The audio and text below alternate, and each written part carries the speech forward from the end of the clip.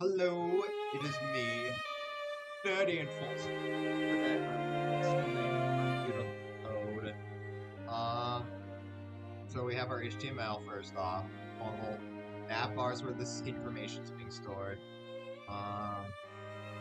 There's the message that appears and changes throughout the game. So we have our board pieces I've made on my own, a sprite, same for all the other letters. So there's that. Our container. Now we scroll down. So we use jQuery mainly for this, but I explored a little further into it. So first off, we have, I decided the best way to do this in cases for me was there's only 8 ways to win Tic-Tac-Toe. And you fill the arrays according to if you can win in that way. That's how come sometimes it could check if you draw it earlier than like when all the boards are filled out. So first, let's start off with the buttons. So we reset previous round. We hide all the images and we send a message that resets the game. Then we reset the arrays and set turn to 1. The game will change turn between 1 and 2.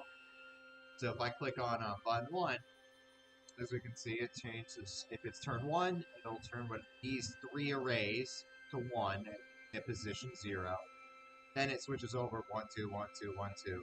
And now it shows the cell according to whose turn it was, and finally it runs a check to see whose wins. So now if we go all the way up here, we have this function called win check, where it checks for the winners. Go down. First, it creates some temporary values. It flags if there's a winner or a tie. Goes through and checks each individual column.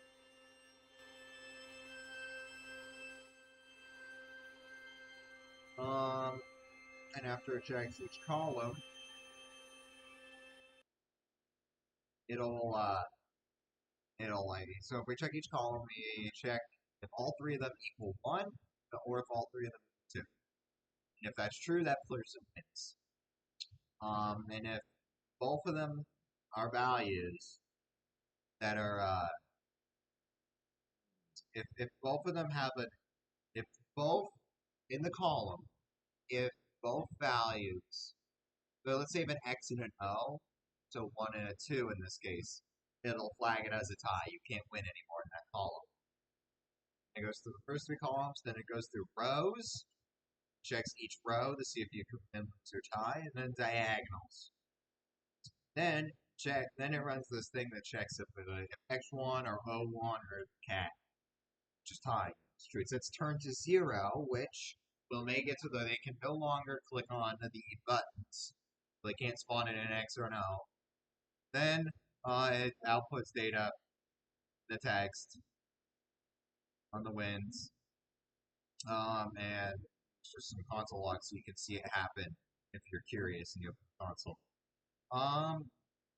And then you hit reset and we go through all this again. As for when the page first loads, positions anything in an absolute value using a percentage, just to set it up quickly. Then there's a for loop that positions everything, and another for loop that hides everything. And that is the entirety of my code.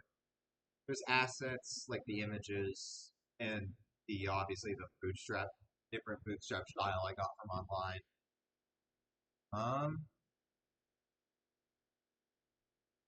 Yeah, that's it.